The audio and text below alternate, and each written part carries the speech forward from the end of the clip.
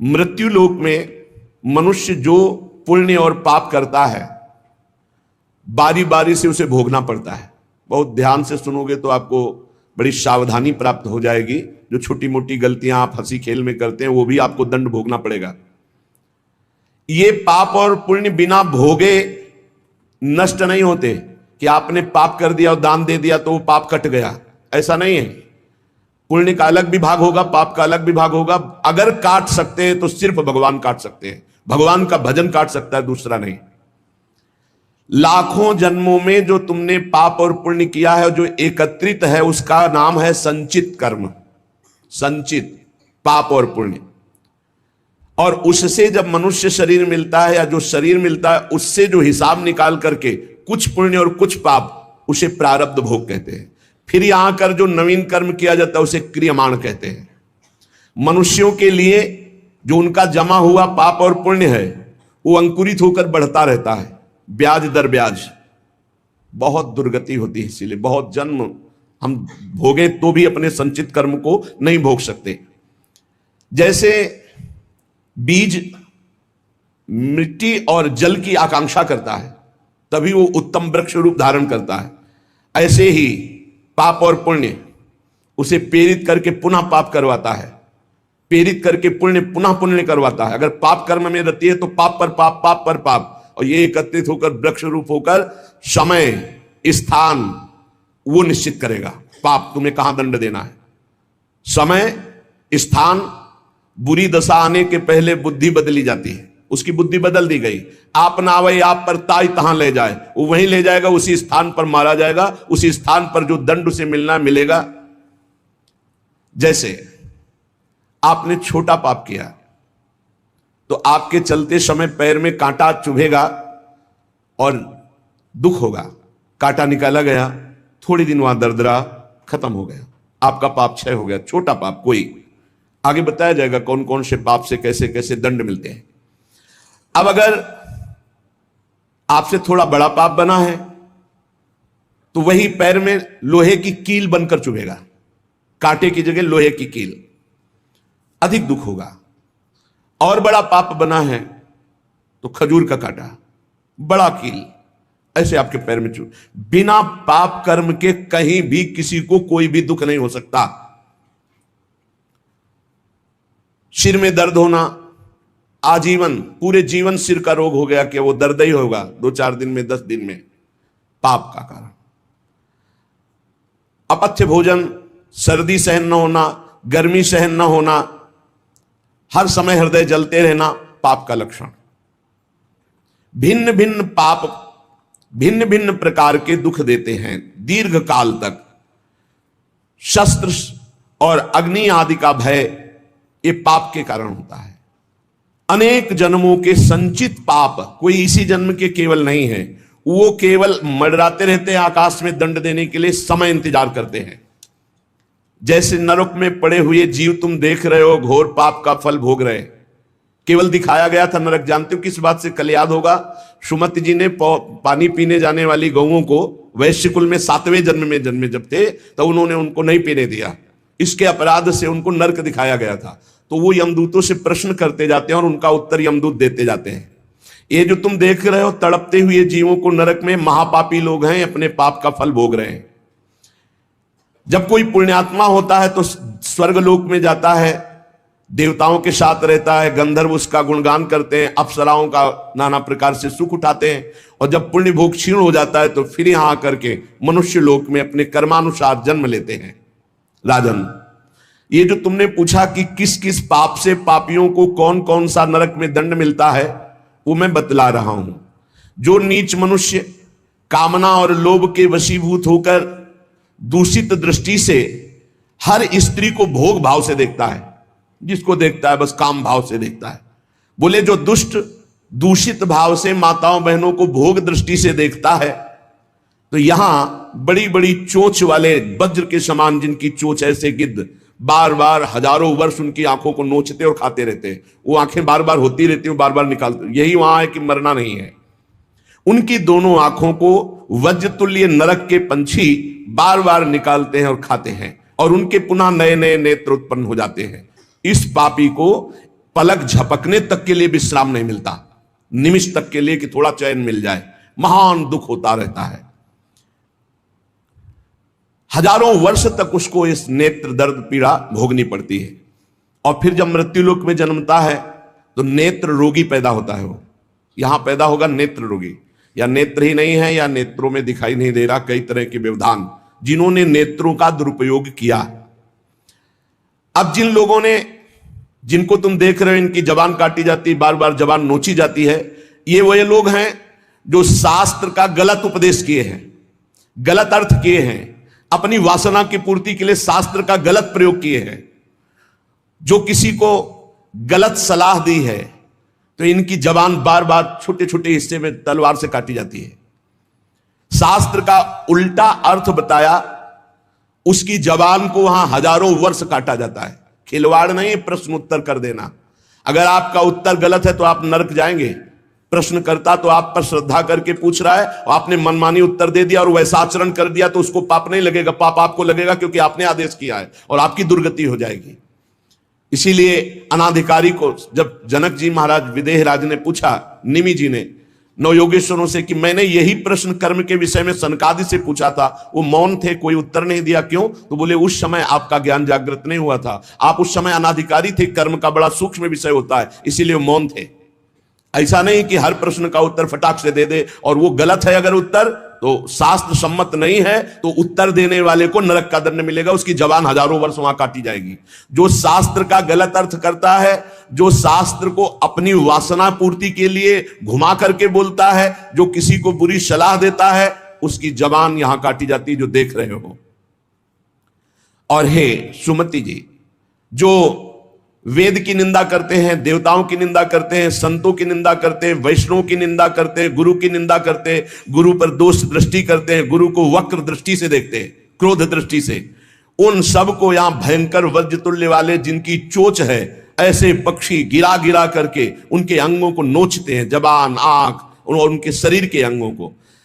जितने निमेष तक उनके द्वारा ये जिह्वा जनित पाप हुआ है, उतने हजार वर्ष तक उनको पक्षी नोचते हैं।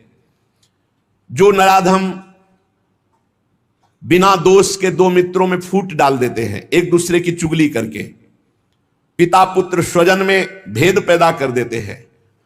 और जो पुरोहित, बहुत ध्यान देने योग्य बात, अनुष्ठान का संकल्प लेता लेकिन अनुष्ठान पूर्ण नहीं करता, जजमान को क्या पता? जो पुरोहित जजमान से नियत संख्या ले ली धन और अनुष्ठान पूरा नहीं किया, या जो अपनी माता और पिता का अपमान किया, जो अपनी शरणागत, अपने अर्धांग विराजमान पाणिक ग्रहण की हुई पत्नी का विविध प्रकार से अपमान और शोषण किया, वो यहां आरे से चीरे जाते हैं हजारों वर्ष तक। दिखाया, देखो ये बीच आरे से आराम आराम से एक एक अंग चीरे जाते हैं। उस पुरोहित को भी दंड मिलता है, उस पुत्र को दंड मिलता है जो माता पिता का अपमान, उस पति को दंड मिलता है जो पत्नी का शोषण, उस पत्नी को दंड मिलता है जो पति से छल करती है। आप खुली आंख इनकी दुर्गति देख सकते हैं। जो दूसरों को कष्ट देने का स्वभाव बना लिया है, बातचीत चेष्टा से कष्ट ही देना है, जो दूसरों की प्रसन्नता में जलते हैं, जो दूसरों की घरों में, सोए हुए घरों में आग लगा देते हैं या फसलों में आग लगा देते हैं और उनको प्राणांतक कष्ट देते हैं, उन अधम पापियों को यहां जलती हुई आग में जलाया जाता है। तुम देख लो, तपती हुई बालू डालकर उनको भूना जाता है और यहां आग में उन्हें जलाया जाता है। जो एक जगह निमंत्रण मिला, फिर दूसरी जगह निमंत्रण मिला, तो पहले निमंत्रण वाले को छोड़ करके दूसरे के यहां निमंत्रण पाकर फिर पहले वाले के यहां निमंत्रण पाने गया। ऐसा नहीं है, यह नरक का कारण बन जाएगा। एक जगह निमंत्रण है, वहां गए, अगर हम भूखे हैं तो भूखे, नहीं मिला तो नहीं मिला, अब दूसरे दिन देखा जाएगा। 2 3 4 निमंत्रण, ऐसा नहीं। जो ब्रह्मर्षि किसी देव कार्य के लिए, पितृ कार्य के लिए यजमान के द्वारा निमंत्रित किया गया और वो दूसरी जगह भोजन कर लिया, दूसरे निमंत्रण को स्वीकार करके फिर उसके यहां भोजन करने गया, तो उसको यहां नरक में 2 टुकड़े करने वाला दंड मिलता, बार बार उसके 2 टुकड़े। ये बार बार बहुत जगह भंडारा, बहुत जगह निमंत्रण, ये ऐसा नहीं है, सिद्धांत है। तुम भूखे हो तो एक जगह चले जाओ और अपना पेट भरो, भजन करो। ये नहीं कि 5 जगह चले गए तो खूब दक्षिणा 5 जगह की मिली तो सुन लो, ये तस्मा शास्त्रम प्रमाणम, ये शास्त्र है, मनमानी नहीं। पहले ऐसा कभी ब्रह्म ऋषि जन नहीं करते थे। 5 घरों में भिक्षा मांग लो या निमंत्रण है तो एक जगह जाके पेट भर लो जो रूखा सूखा मिले। ये 14 जगह भंडारा, 14 जगह निमंत्रण, तो उसकी व्यवस्था है। ये नरकगामी बना देगा, बुद्धि भ्रष्ट हो जाएगी। जो सदैव कड़वी बातें बोलकर लोगों के दिल पर चोट पहुंचाते रहते हैं। कुछ लोगों का ऐसा स्वभाव होता है, जब बोलेंगे तो हृदय की पीड़ा प्रकट हो ही जाए, ऐसा उनका है। ऐसे हैं वो, ऐसे बोलते हैं कि अत्यंत पीड़ा दे। ऐसा करने वालों को यहां के पक्षी टूट पड़ते नरक में लाते हैं, नोच नोच करके उनको खाते हैं। जो यहां किसी की चुगली करता है उसकी जिह्वा तेज छुरे से बार बार ऐसे ऐसे चीरी जाती है, फिर पूरी हो जाती है, फिर चीरी जाती है। जिन्होंने उद्दंडतावश अपने पूज्य जनों का अनादर किया, उनको मारा पीटा, गुरुजनों को, अपने गुरु को, माता को, पिता को, बाबा को, पितामह, ये पूज्य जन है, ये गुरु के समान पूज्य है। जो अपने गुरुजनों को, पूज्य जनों को अनादर करता है, दंड देता है, मारता है, पीटता है, वो देखो ये कुंड बने हैं विष्ठा के, पीब के और मूत्र के। मूत्र का कुंड, विष्ठा का और पीब का। नीचे करके मुख उन्हीं कुंडों में डाल दिया जाता है, ऊपर से पैक कर दिया जाता है। हजारों वर्ष वही खाओ वही सड़ो, कितना भयानक कष्ट है। नीचे के मुख करके उसमें डाल दिया जाता है। शिव महापुराण की कथा कहती है, परीक्षा हाल में हाथ पर हाथ रखकर मत बैठे रहो, कुछ भी लिखो, कॉपी तो भरो। उसी तरह संसार में आए हो तो आने के बाद अपना कर्म करते रहो, और इन हाथों से 2 लोटा जल, 1 लोटा जल शिव जी को चढ़ाते रहो, अपना कर्म करते रहो, नंबर वो दे ही दे। एक पिता के 4 बेटे हैं। एक सज्जन ने हमसे प्रश्न कर लिया, महाराज जी यदि भगवान होते तो इस दुनिया में कोई दुखी क्यों होता? आज कितने लोग दुखी हैं। कई लोग ऐसे हैं पेट भर खाते नहीं है, रहने को घर नहीं है, पहनने को कपड़े नहीं है। यदि भगवान है तो फिर इनका दुख क्यों नहीं देखते, और देखते हैं तो दूर क्यों नहीं करते? तब हमने कहा कई लोग भगवान पर संदेह करते हैं कि भगवान है तो फिर इतना सारा दुख क्यों है, दर्द क्यों है। अरे भाई, मैं आपसे एक छोटा सा सवाल पूछ लूं, इस सवाल के उत्तर में ही इसका भी उत्तर मिल जाएगा। एक पिता के 4 बेटे हैं। 3 बेटे पिता की बहुत अवहेलना करते हैं, सेवा नहीं करते।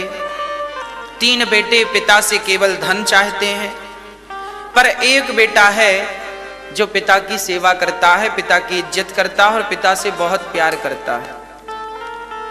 अब आप ही बताओ कि 3 बच्चे सेवा नहीं करते, 4था बेटा सेवा करता है पिता की, तो वो पिता अपनी सारी दौलत जो संपत्ति उसकी है, प्रत्यक्ष या अप्रत्यक्ष, वो किसे देगा?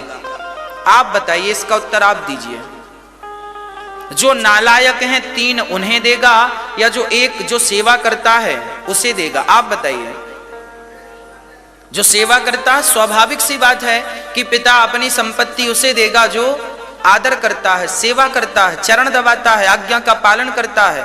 हाँ, उसी प्रकार संतान तो सब भगवान की ही है, आप और हम, पर जो भगवान की संतान होकर भगवान की सेवा करते हैं और भगवान की आज्ञा का पालन करते हैं। भगवान की आज्ञा क्या है? गीता में जो जो लिखा है वो किसकी आज्ञा है? कृष्ण की ही तो गीता है, कृष्ण की वाणी से तो निकली है। भगवान रोज रोज तो हमारे बीच में आके हमें समझाएंगे नहीं, तो एक बार गीता बोल के चले गए कि भाई इसको फॉलो करते रहना। वेद पुराण किसकी आवाज है? क्या है ये? भगवान की वार्ता तो है। भगवान आज डायरेक्ट कहने कुछ नहीं आएंगे। गीता, वेद पुराण, जो शास्त्र गुरुजन कहते हैं वह नियम फॉलो कीजिए।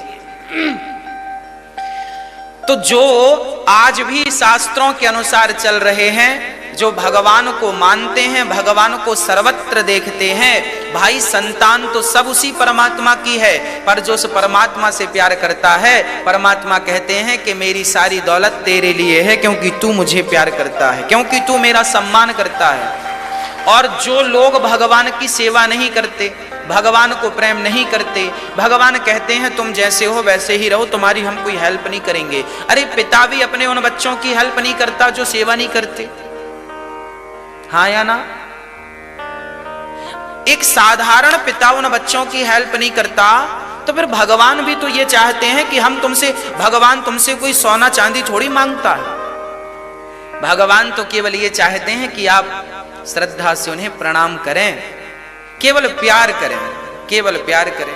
छोटे छोटे बच्चे आपसे क्या चाहते हैं? दौड़कर आपकी गोद में आ जाते हैं, कोई आपसे पैसे थोड़ी मांगते हैं, वो तो जानते भी नहीं। 2-4 महीने का बच्चा क्या जानता है, पर वो दौड़कर आपकी गोद में आता है, वो आपसे प्यार चाहता है। जब आपने गाय पाल रखी होंगी ना, तो जब आप घर जाते होंगे तो गाय आपकी तरफ दौड़ जाती होगी। वो आपसे पैसा मांगने आती है क्या? सोना मांगने आती है क्या? वो गाय भी आपसे प्यार चाहती है। आपने कुत्ता पाल रखा है, तो आप जाते हैं तो कुत्ता भी आकर आपको चाटने लगता है, आपके पास आ जाता है, क्योंकि वो जानवर होकर भी प्यार चाहता है। आपने तोता पाल रखा होगा तो पिंजरे में भले है, पर आपको देखता होगा तो आपकी तरफ वो भागता होगा, आपको देखकर कुछ आवाज लगाता होगा, क्योंकि वो भी आपसे प्यार करता है। अरे संसार के तुच्छ प्राणी जब प्यार के भूखे हैं, तो भगवान क्या वस्तु का भूखा है? वो तुमसे धन दौलत नहीं, केवल प्यार की ही उम्मीद लगाए बैठा है कि मेरा भक्त मुझसे सच्चा प्यार करे, बस सच्चा प्रेम करे। राम ही केवल प्रेम प्यारा, जान ले जो जान निहारा। हम लोग इतनी सी बातें समझ नहीं पाते, बस हम फॉर्मेलिटियों में उलझ जाते हैं। हम प्यार नहीं करते भगवान से, सच्चा स्नेह नहीं कर पाते। सच्ची भक्ति क्या है? हार चढ़ाना, धूप जलाना, मिठाई चढ़ाना क्या सच्ची भक्ति है? ना, केवल प्रेम करना। गोपियां तो गाली देती थी, कपटी हो तुम, एक जन्म के नहीं जन्म जन्म की कपटी। गोपियां तो ये कहती तुम कपटी हो, तुम जानती नहीं कि प्यार क्या होता। गोपियां कृष्ण से कहती हैं कि तुम प्यार करना नहीं जानते। गोपियां कहती हैं कि तुम कपटी हो, गालियां देती हैं। कपटी गाली ही तो है। हम आपको कहें कि तुम कपटी हो तो ये भी एक गाली है। गोपियां गाली देती हैं, क्यों? क्योंकि जहां प्रेम होता है वहां रूठना भी होता है। जहां प्रेम नहीं है वहां रूठना नहीं है। जहां प्रेम की अधिकता है वहां रूठना बनता है। तो गोपियां रूठ जाती हैं इसलिए ताकि कृष्ण हमें मनाएं। ये प्रेम है। इस प्रेम की गहराई को, गंभीरता को शायद कोई समझे, शायद कोई जाने। तो भागवत तो प्रेम को उत्पन्न करने वाला ग्रंथ है, और भगवान है, सब उन्हीं की संतान है, पर जो उनको भजते हैं वो उन्हें भजते हैं। आप उन्हें भजिए, वो आपको भजेंगे। आप उनकी तरफ देखिए, वो आपकी तरफ देखेंगे। आप उनकी तरफ देखते नहीं तो भगवान बोले फिर तुम चूल्हे में जाओ, हमें क्या पड़ी।